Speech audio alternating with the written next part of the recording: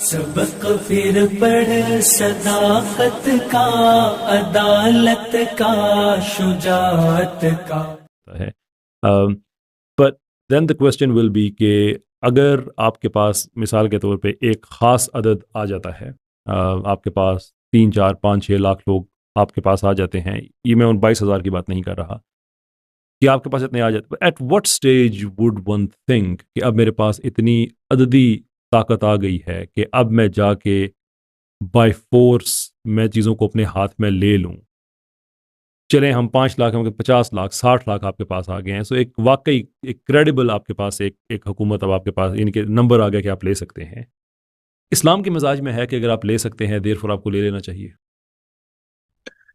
دیکھیں، اس کے لیے ہمیں وہیں پیچھے جانا پڑے گا رسول اکرم صلی اللہ علیہ وسلم کی سیرت میں، کہ ہم پہلے مکی زندگی کو دیکھیں اور اس کے بعد پھر اس کے بعد جو مدینہ منورہ میں آپ علیہ الصلوۃ والسلام نے ریاست مدینہ قائم کی ہے اس کو دیکھیں. آپ علیہ الصلوۃ والسلام نے ریاست مدینہ اس وقت قائم کی جب آپ اس پوزیشن میں آ گئے تھے مقامی لوگوں کی حمایت سے کہ ریاست مدینہ قائم ہو سکتی تھی، اور اس میں بھی 6 مہینے لگ گئے میثاق مدینہ ڈاکومنٹ تیار ہونے میں.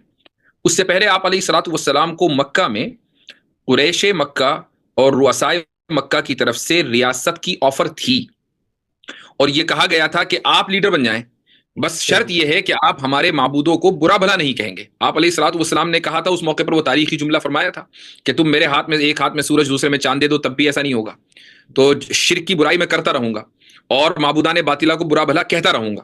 تو آپ علیہ الصلوۃ والسلام کو یہ منظور نہیں تھا کہ ریاست مل جائے اور کام نہ ہو. آپ علیہ الصلوۃ والسلام کو یہ تھا کہ کام ہو اور ریاست بھی پھر قائم ہو. اگر ریاست کے بغیر کام نہیں ہو سکتا تو ریاست قائم ہوگی، اور ریاست مدینہ منورہ میں آ کر قائم ہوئی.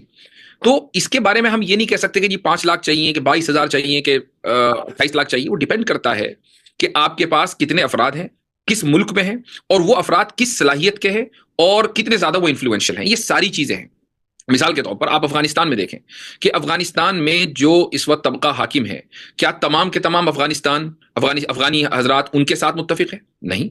یہ الگ بات ہے کہ انہوں نے ایک بڑی تعداد اپنے ساتھ لی، اور اتنی تعداد لی کہ انہوں نے نظام کے کو چیلنج کیا اور نظام کو اپنے ہاتھ میں لے لیا. تو یہ کنٹری ٹو کنٹری ڈفر کرتا ہے. ایک چیز جو اسلام کے مزاج میں ہے، اور جس چیز کو رسول اکرم صلی اللہ علیہ وسلم نے اپنی پوری زندگی اور اسی طریقے سے خلفائے راشدین اور بعد کے جو علماء اور ائمہ محدثین و مجتہدین ہیں ان سب حضرات نے جس کے اوپر زور دیا ہے، وہ یہ کہ اسلام کو انارکی بالکل پسند نہیں ہے.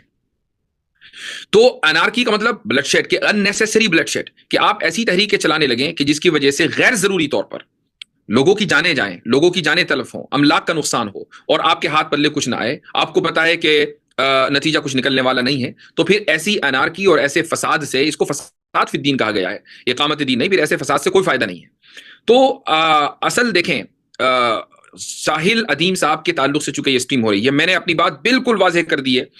اب آپ یہ مجھ سے ضرور پوچھیں، اور یہ آپ کا حق بھی ہے کہ پھر اقامت دین کیسے ہوگا. میرا پروسیس کیا ہے؟ میں اگر اس کو فرض بھی کہہ رہا ہوں تو میں کیسے قائم کروں گا دین کو؟ میں 2-3 چیزیں آپ کے سامنے رکھوں گا اور اس کے آپ اینالائز کر سکتے ہیں. پوائنٹ نمبر 1، میں خود ووٹنگ کے خلاف ہوں. میں امریکہ میں رہتا ہوں، کبھی میں نے ووٹ دیا تھا اس وقت تک کہ میری اوپینین وہ تھی. آج میں ووٹ نہیں دیتا ہوں، خصوصاً جو نیشنل یا فیڈرل الیکشن ہوتے ہیں. ہاں، اگر یہ کہ لوکل الیکشن ہے، لوکل انتظامیہ ہے، بھائی سڑک کیسے بنے گی اور جناب لائبریری کا نظام کیسے ہوگا، تو وہاں کوئی مسئلہ نہیں ہے. میری یہ اوپینین پبلک اوپینین ہے، ایسا نہیں کہ میں پہلی مرتبہ یہاں آ کر کہہ رہا ہوں، اس سے پہلے بھی میں نے اس کا اظہار کیا ہے. اور یہاں پر امریکہ میں رہتے ہوئے جمعہ کے خطبے بھی اس موضوع پر دیے ہیں. ٹھیک ہے، تو یہ جو کہا جاتا ہے نا کہ بھئی آپ وہاں رہ کر آپ کیا بول سکتے ہیں، آپ سے زیادہ بولنے کی الحمدللہ ہمت رکھتے ہیں. بلکہ ایک واقعہ میں سنا دوں کہ میں آج سے غالباً 2019 کا واقعہ ہے کہ مجھے ایک مسجد میں بلایا گیا جمعہ کے خطبے دینے کے لیے. راستے میں ڈرائیو کر رہا تھا، مسجد پہنچنے والا تھا، تو مسجد کے پریزیڈنٹ کی طرف سے فون آیا کہ بھئی الیکشن آنے والا ہے، تو آپ الیکشن میں ڈیموکریٹس کے حق میں ذرا سا آپ تقریر کر دیجئے، وہ لوگوں کو کہیں کہ زیادہ سے زیادہ ووٹ دیں. تو میں نے اس سے پریزیڈنٹ صاحب سے بولا کہ آپ مجھ سے چاہتے ہیں کہ 2 شیطانوں میں سے ایک شیطان کے تعلق سے میں گفتگو کروں، تو پہلے آپ چوز کر لیں کون سا شیطان کے تعلق سے مجھے گفتگو کرنی ہے، پھر اس کے بعد انشاءاللہ وہ بھی ہو جائے گا. وہ صاحب ناراض ہو گئے. بہرحال میں وہاں اس مسجد میں پہنچا اور میں نے اس جمہوریت نامی عفریت کے تعلق سے گفتگو کی کہ یہ عفریت ہے کہ کس طریقے سے اس نے دنیا میں لاکھوں کروڑوں لوگوں کو نقصان پہنچایا ہے. آپ کی رائے میری رائے سے مختلف ہو سکتی ہے، we agree to disagree, that's not a problem, لیکن کم سے کم یہ ہے کہ میں اس نظریے کا قائل ہوں، اور ان ممالک میں کہ جہاں مسلمانوں کو اقلیت کہا جاتا ہے وہاں رہتے ہوئے ڈنکے کی چوٹ پر اس چیز کا اعلان کرتا ہوں. دوسری بات، اقامت دین کے تعلق سے میں ہر مسلمان کی، چاہے وہ مائنورٹی میں رہتا ہو میجورٹی میں رہتا ہو، اگر وہ اپنے منہ میں زبان رکھتا ہے، یعنی اگر اس کی بات ایسی ہے کہ اس کی بات سنی جا سکتی ہے، تو یہ اس کی ذمہ داری ہے کہ وہ اقامت دین کے تعلق سے اویئرنیس قائم کرے. ابھی پچھلے ہفتے کی بات ہے، ایک گورے لائر کے ساتھ ہم اب کسی کام سے اس کے پاس گئے، اور وہ اسٹیٹ آف ایلینوائے کے ایک ٹاؤن کا میئر بھی ہے، یعنی وہ پولیٹیکل فگر ہے، اور سائیڈ میں وہ وکالت بھی کرتا ہے. تو ہم اس کے پاس گئے تو کیپٹلزم کے اوپر بات ہونے لگی. تو اس نے کسی کے تعلق سے حوالے سے یہ کہا کہ بھائی امریکن پریزیڈنٹ تھا سابقہ، اس نے کہا کہ بھائی ہم نے کیپٹلزم کو اس لیے اختیار کر رکھا ہے کہ اس سے بہتر ہمارے پاس کوئی نظام ہے نہیں.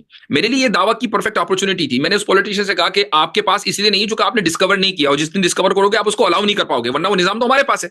آپ نے کبھی ہم سے پوچھا کہ آپ کے پاس کیا نظام ہے؟ ہم تو کیپٹلزم کو ساری دنیا میں خرابیوں کی سب سے بڑی جڑ سمجھتے ہیں. اس آدمی نے اس سے ایگری کیا کہ دنیا میں جتنی جنگیں ہو رہی ہیں وہ کیپٹلسٹ کی وجہ سے ہو رہی ہیں، اور کیپٹلزم کی وجہ سے ہو رہی ہیں. تو یہ جو اویئرنیس کریٹ کرنا ہے، پھر آپ اس کا ماڈل کوئی بھی ہو سکتا ہے، وہ سوشل میڈیا ہو سکتا ہے، وہ کتابیں لکھ کر ہو سکتا ہے، وہ جمعہ کے خطبے ہو سکتے ہیں، وہ مدارس کے اندر نصاب ہو سکتا ہے، اسکولوں کی تعلیم ہو سکتی ہے، واٹ ایور اٹ ٹیکس. آپ یہ اویئرنیس کریٹ کریں کہ دنیا میں بہت سارے موڈ آف گورننس ہیں، اور جو سب سے بیسٹ موڈ آف گورننس ہے وہ مسلم امہ کے پاس ہے. جو سب سے زبردست پالیسیز ہیں جو عدل و انصاف کے اوپر مبنی ہے وہ مسلم امہ کے پاس ہے. یہ جو اویئرنیس آپ کریٹ کریں گے، اور اس اویئرنیس کے نتیجے میں اگر آپ واقعی اس لیول کے اوپر وہ اویئرنیس کریٹ کریں کہ پوری سوسائٹی ٹرانسفارم ہو جائے، تو نظام خود بخود قائم ہو جائے گا. لیکن اگر آپ یہ چاہتے ہیں کہ لاٹھی اور ڈنڈے کے زور پر اسلامی نظام قائم ہونا چاہیے، تو پھر میں ساحل ادیم صاحب سے پہلے یہ سننا چاہوں گا کہ وہ اسلامی نظام کو وائلنس کے ذریعے لانا چاہتے ہیں تو اس کو ایکسپلیسٹلی بولیں کہ وہ وائلنس کے ذریعے لانا چاہتے ہیں.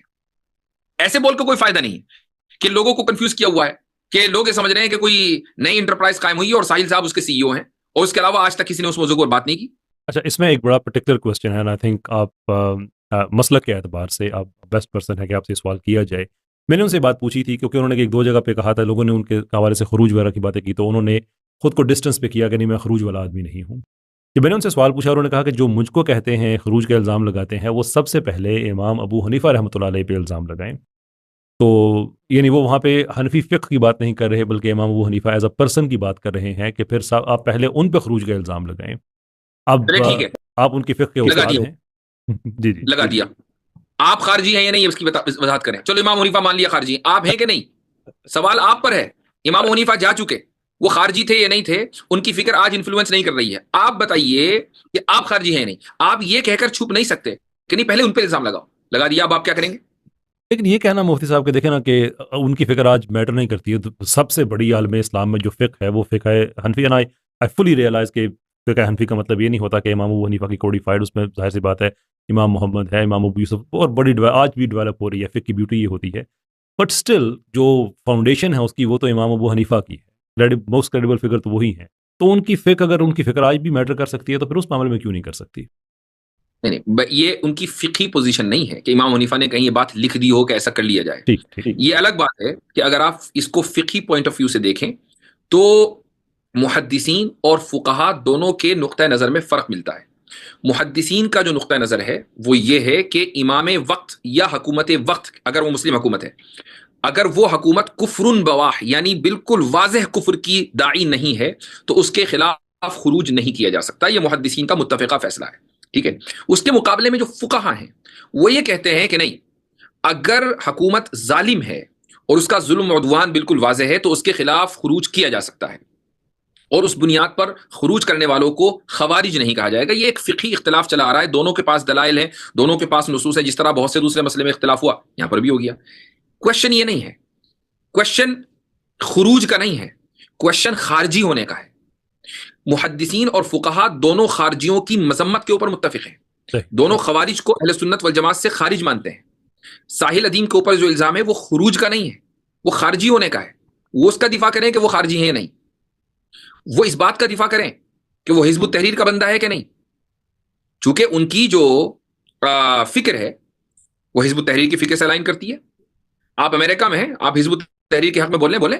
امریکن کانسٹیٹیوشن آپ کو پروٹیکٹ کرتا ہے. آپ انگلینڈ میں حزب التحریر کے اوپر بات کریں، بولیں. کم سے کم کچھ سال پہلے تک تو آپ پروٹیکٹڈ تھے. ہو سکتا ہے کہ ابھی نیا قانون بنے ہو، لیکن امریکہ میں تو 100% آپ پروٹیکٹڈ ہیں.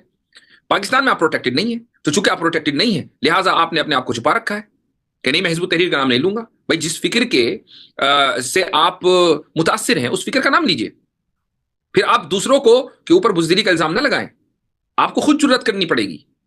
آپ کو اس طرح جرأت کرنی پڑے گی جس طریقے سے ہم کرتے ہیں کہ ہم کفر کے ایوانوں میں بول کر رہ کر اسلام کی بات کرتے ہیں اور اقامت دین کی بات کرتے ہیں. ٹھیک ہے، آپ کا یہ ویو آ گیا. ایک بات آپ نے کہی، یہ میرا ایک میرے آخری سوال یہ رکھ. سبق پھر پڑھ صداقت کا، عدالت کا، شجاعت کا، لیا جائے گا تجھ سے کام دنیا کی امامت کا. سبق پھر پڑھ صداقت